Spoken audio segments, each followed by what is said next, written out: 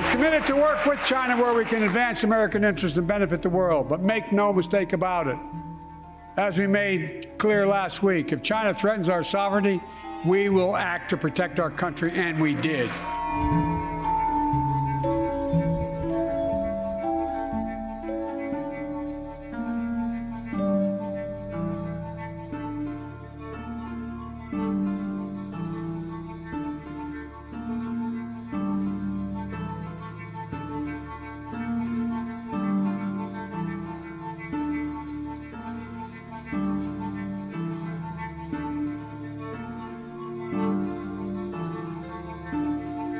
You could say that the Chinese Communist Party is the Harry Houdini of Marxist-Leninist regimes, the David Copperfield of communism, the Chris Angel of autocracy. But the magic is fading. There's really no excuse anymore for being fooled about Beijing's intentions, and the canon of Chairman Xi's publicly available statements is too voluminous, and the accumulated actions of his regime too brazen to be misunderstood at this late hour. We simply know too much.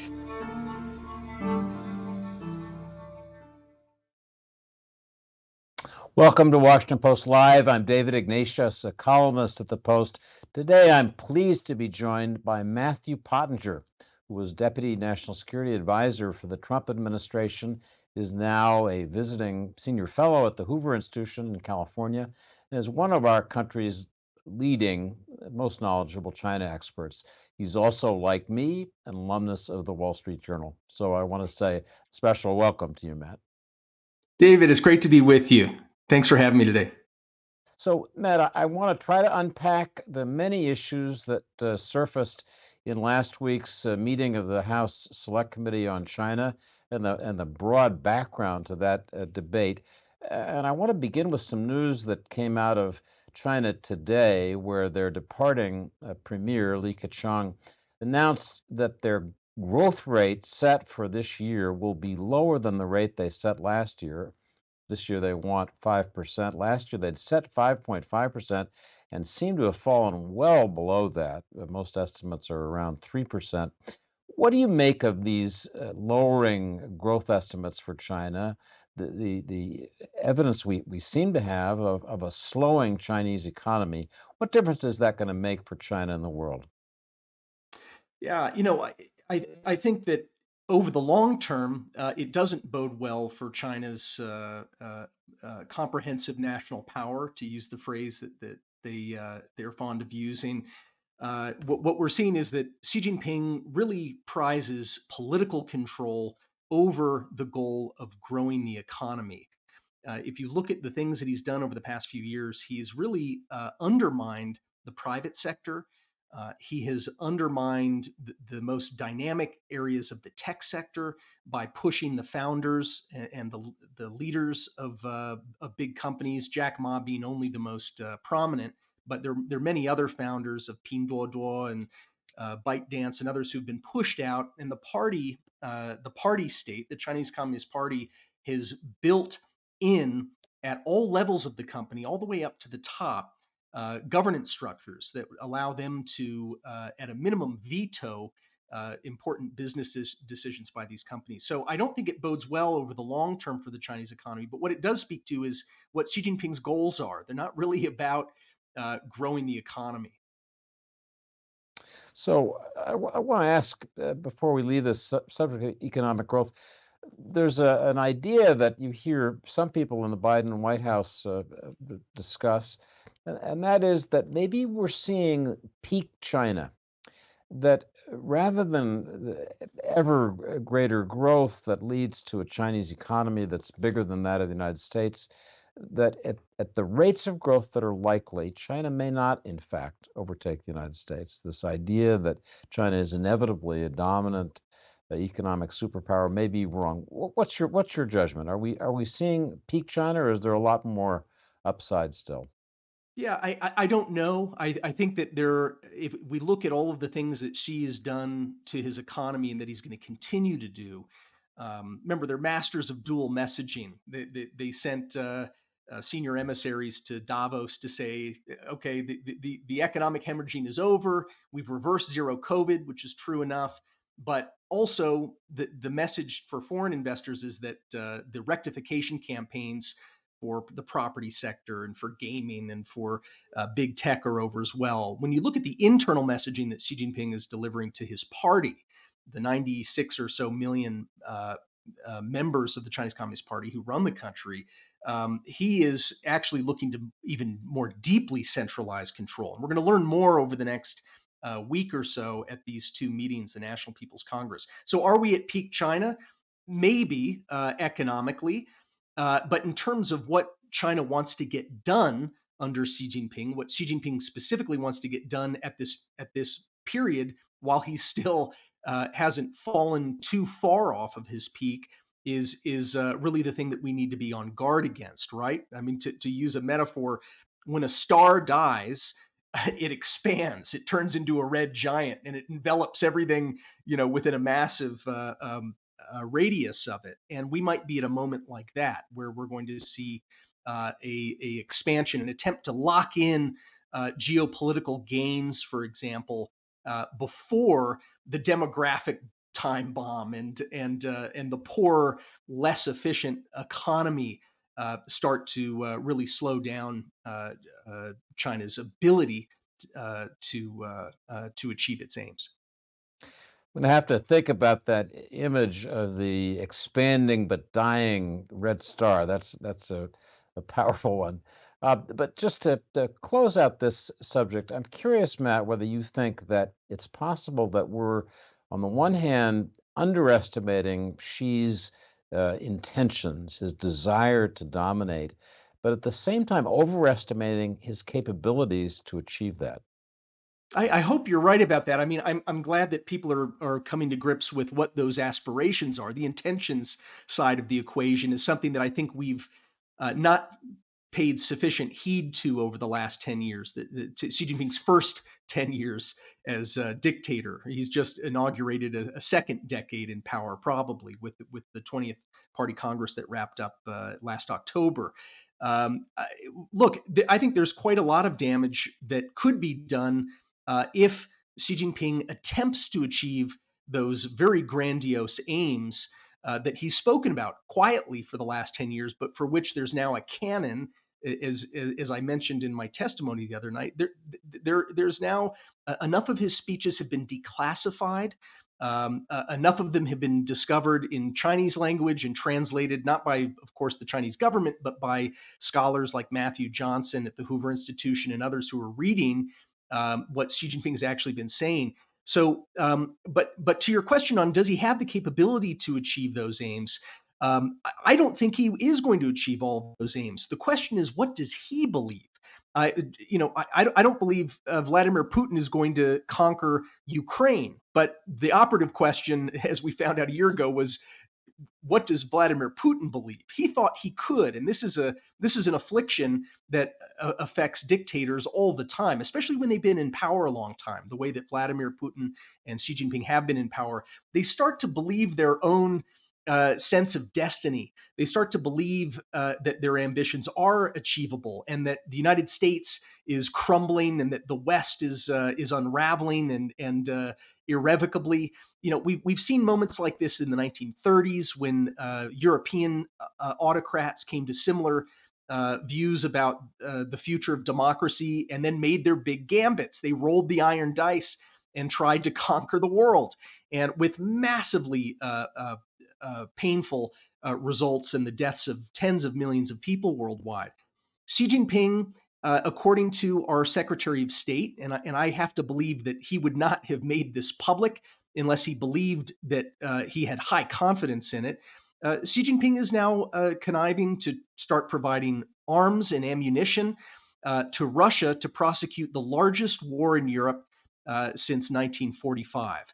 That is a very big deal. This could be the tipping point where we see an accelerated decoupling between the West and China. And again, China and just like Vladimir Putin, they are the protagonists of this story. They're the ones who are driving events, and we are sort of in surprise reacting belatedly to the things that they're doing. So I actually commend Secretary Blinken for calling out Beijing's plans publicly.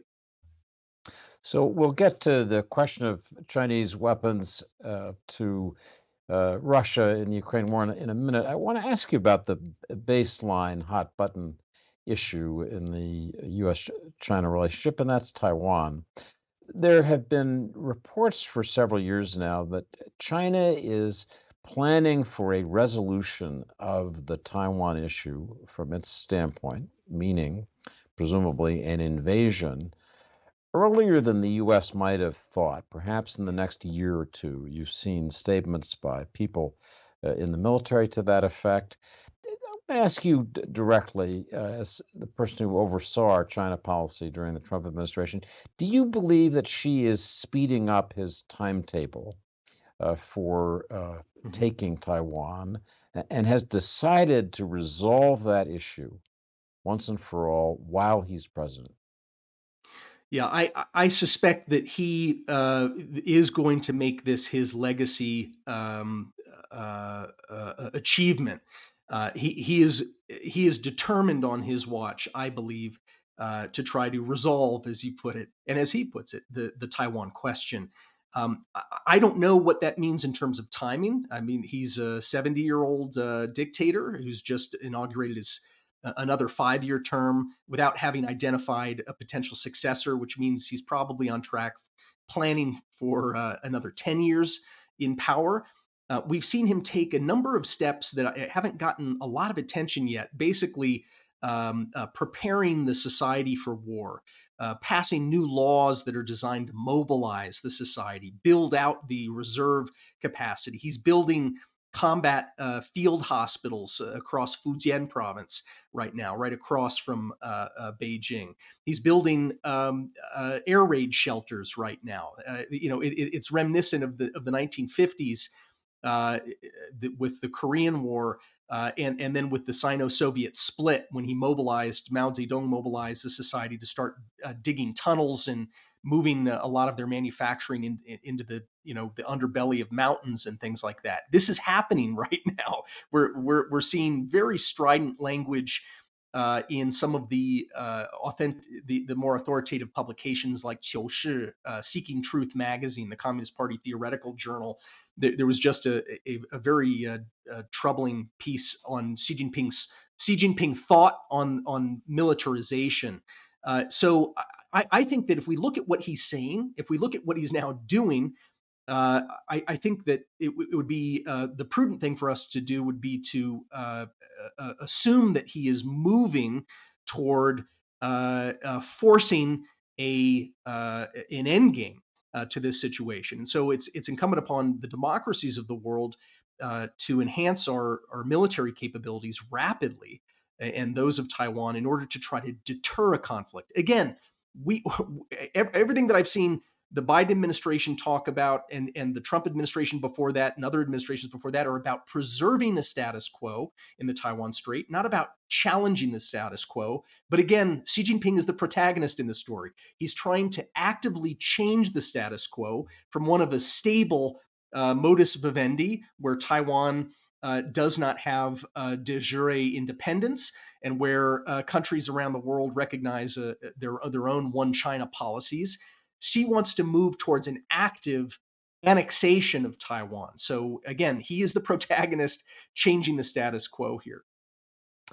We have an audience question that's very much on target on this topic.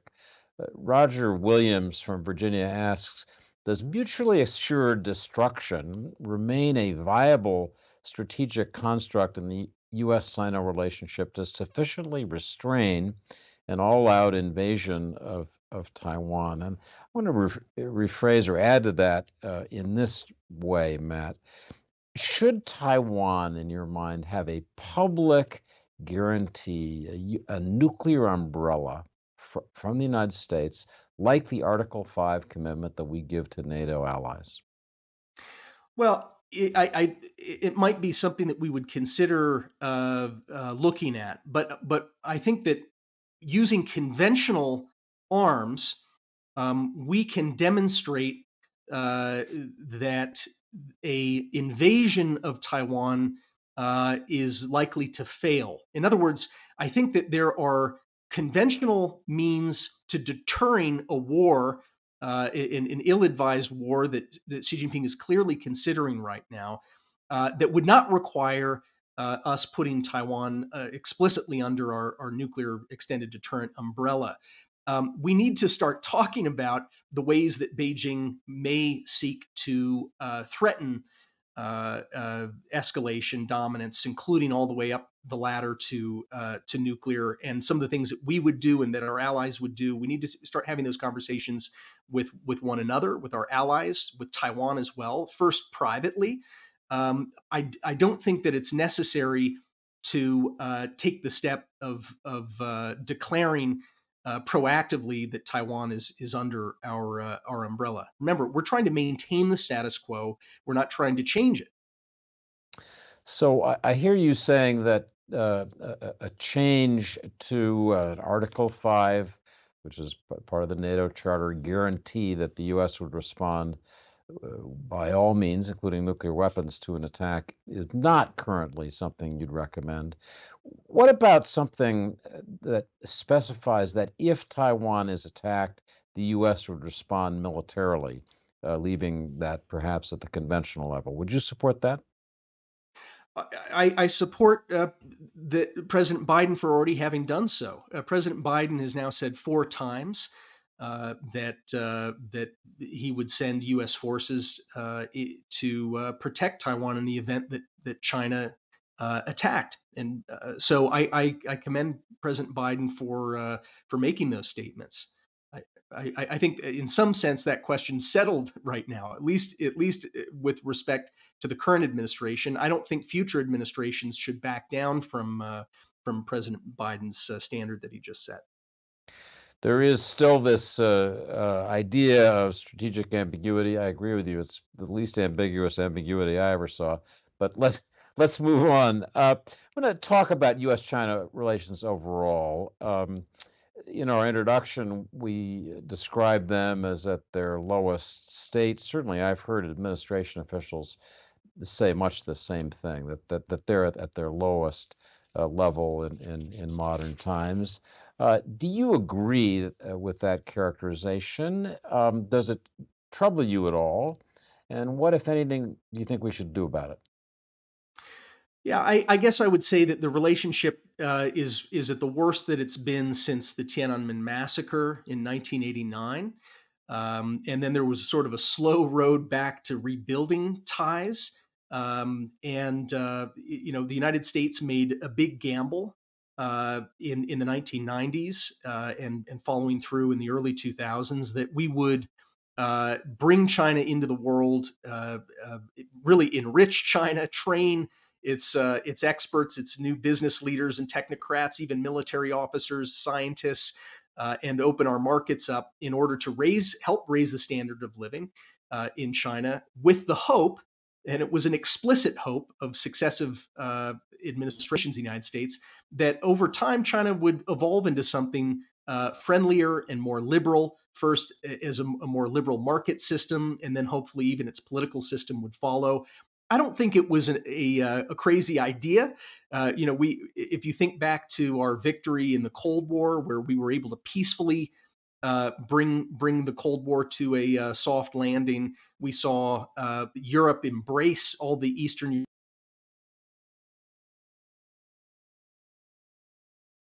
They became market democracies. I think that it was a reasonable strategy to try, but that strategy has failed categorically. Therefore, we should not be clinging to an engagement strategy, even though there should always be elements of engagement in our current strategy. I'm not saying we don't engage. I'm saying that the emphasis now needs to be on protecting the national security interests and prosperity of free countries, the United States and our allies and other partners around the world. So that is a strategic competition, and really Beijing is risking turning this into a confrontation now with the actions that it's undertaking, not least it's getting involved in the biggest European war since World War II. This is really dangerous stuff that Beijing is tinkering with right now.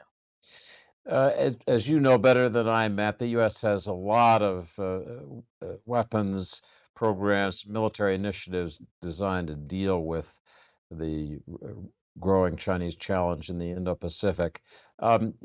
Even so, President Biden decided last year, and Xi Jinping seems to have made the same decision at the Bali summit, that they both wanted a floor under this deteriorating, increasingly competitive relationship. That was to me, the outcome of the Bali meeting. Do you think that that's a good idea to have a floor, even as we compete ever more intensely? Yeah, look, I'm strongly in favor of high level contact between President Biden and Xi Jinping. I think this is the single most important channel between the two countries, right? There used to be a lot of activity that was taking place at a working level that I think did not end up serving the strategic purpose that we hoped it would. But at the highest level, given that Xi Jinping is really the only person authorized to make decisions anymore in that society on the economy, on military matters and diplomacy, it is important for President Biden to maintain regular contact by phone and in person with Xi. Look, the Biden administration uses the term guardrails. You use the term putting a floor under the relationship. I think that is all well and good. I think that we should make the effort to try to lay out a vision for what um, a, a reasonable relationship might look like. I used to think back to the Chinese premier Zhu Rongji, who used to say, our relations with the United States are never going to be great, but they also don't need to be, horrendous. That's not a bad place to aim for, but as we do it, we should not be um, overly wishful in our thinking that Beijing is going to reciprocate, because so far the indicators are that Beijing is not willing to reciprocate. If you look at Xi Jinping's the compendium of what he's been talking about for 10 years, he believes that China has now reached what he calls, an opportunity unseen in a century. Okay, he talks about this a lot. This idea that, and when you read his speeches and you also read some of the internal facing senior level Communist Party textbooks, the textbooks that general officers in the PLA read, they talk about the decline of the United States and chaos in Europe as though they are prerequisites for China taking advantage of this opportunity unseen in a century. So we just have to be very clear-eyed about how Xi is describing this moment. He's not describing this as a moment of how do we find guardrails, how do we avoid, an accidental war, how do we put a floor under things. That's not how he's talking when he's talking to his party leadership. He's saying we have a moment of opportunity. It's finite. We need to move. And Europe is already in chaos. And in his view, the United States is in decline. And he views those as favorable conditions for China achieving a community of common destiny for mankind, as he puts it. And as you unpack what he means by that phrase, it's not a pretty vision. This is a vision for remaking global governance to make it safe for authoritarianism. So, understanding that U.S. action should be in our interests, what would you think, Matt, if after the end of the National People's Congress that's going on now, President Biden were to pick up the phone, as I wrote last week, and initiate contact with Xi Jinping, perhaps simply by telephone, perhaps with the idea of meeting down the road. Is that something that you'd support as being sensible, so long as it was grounded in U.S. interests? If it's sure, if it's grounded in U.S. interests to have President Biden initiate a call, Beijing's going to portray any contact between the leaders as initiated by the United States, even if it isn't initiated by the United States. That's part of their shtick. I'm not against what you laid out in your column, but I just think that we have to not forget that we have tried many times. The Obama administration, the Trump administration, the Biden administration now have made efforts at beginning dialogues on areas where we think that there is a mutual interest. There's an interest for all of humanity for us to be cooperating and collaborating.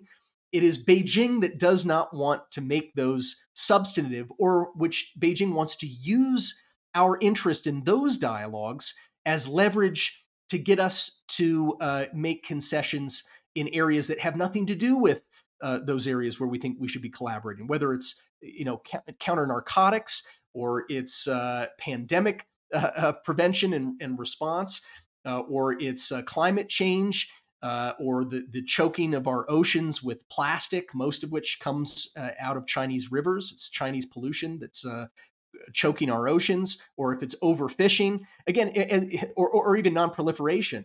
As you go back and you follow the thread, uh, China is the most consequential contributor to these problems. All those problems I just mentioned, China is the most significant contributor, and it should not surprise us that Beijing is not all that interested in working in good faith to resolve those issues. I'm not saying that we don't try. I'm just saying let's be realistic here. Let's just be realistic.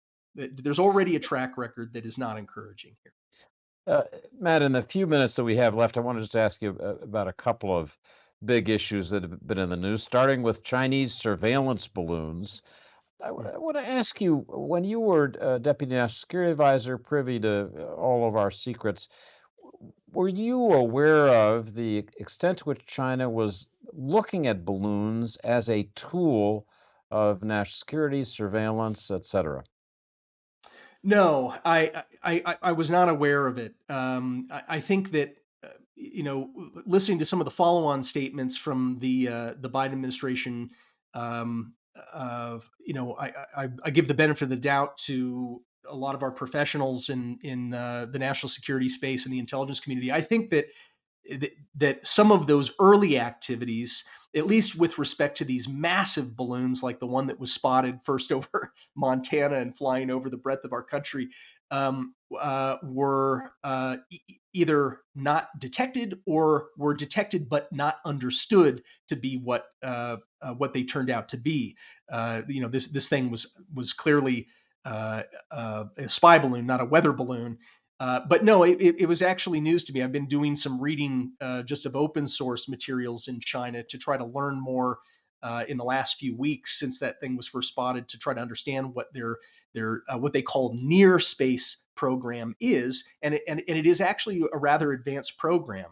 And I think that Beijing has lots of ideas about what to use these balloons for that go beyond eavesdropping and espionage, but also include things like targeting missiles, in some cases even launching. They've done some experiments with launching hypersonic missiles, or building this thing as a platform that could be used to launch hypersonic missiles. It could replace some of the critical communications that would take place during war in the event that we blinded or destroyed much of their satellite constellation. So this is a very advanced program. I have to confess, I didn't really know anything about it when I was in office. It's fascinating, given how much open source literature there is going back almost a decade about all the things they were thinking about, that people like you, who were really smart and know China, were not aware of it. It's peculiar. That somebody ought to do a scrub and figure out why we didn't have that more clearly in mind. So you mentioned earlier China's consideration of providing weapons to Russia for the Ukraine war. Where do you think they are in that decision calculus? Do you see any evidence that they've actually begun inexorable actions to send those weapons? And if they do, if we do have that evidence, what should we do about it? Yeah, well, look, I I think I think this current situation is troubling. I'm not optimistic, to be honest. I commend President Biden for taking the step a year ago. You remember that it was a year ago that the U.S. discovered that Beijing was preparing to provide weapons, lethal support to Russia. Our national security advisor Jake Sullivan flew to Rome to meet with one of his counterparts, Chinese counterparts, to warn them that this would result in U.S. sanctions. President Biden followed up with a lengthy video call to Xi Jinping to warn him as well. And I think we had some cabinet secretaries, Secretary of the Treasury, Secretary of Commerce, also warning that there would be substantial U.S. sanctions applied to China in ways that would be even systemic, perhaps targeting banks, Chinese commercial banks, and so forth. It sounds to me like we had a year of quiet. We bought a year of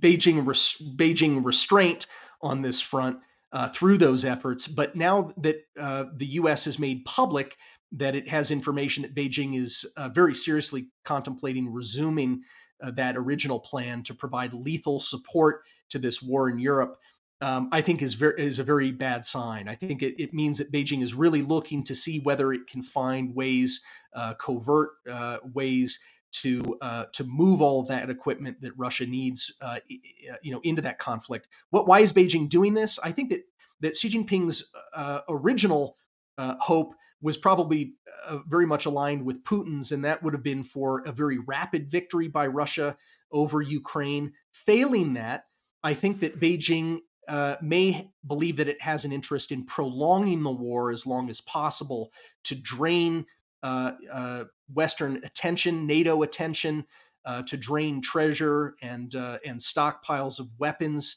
as long as possible, to create a more favorable strategic situation in the Western Pacific, including around Taiwan. So, what should we do? I think that it will be incumbent upon President Biden to hold to and enforce the red line that he has clearly painted, publicly painted, in that call that he made a year ago to Xi Jinping. That means that we would have to pursue some form of not just pinprick sanctions against a few obscure companies, but systemic ones designed to impose grave punishment on Beijing for trying to get involved in a war in Europe. This is totally unacceptable, and I think that the Biden administration is going to have to follow through on the red line that it painted here. That will require systemic sanctions if it comes to it. So, Matt, we're slightly over here. I'm going to ask you a one-word question. You resigned as Deputy National Security Advisor on January 6th because you were so troubled by what you saw happening at the Capitol. I want to ask you, if President Trump, he appears to be running for president again, could you support him for 2024? Well, look, I'm likely to support other candidates this time around. Thank you for joining us, Matt. Absolutely fascinating conversation. Come back again. So, folks, thank you for joining Washington Post Live. We have a roster of programs. Take a look and see what interests you. Register for them. Thanks for being with us today.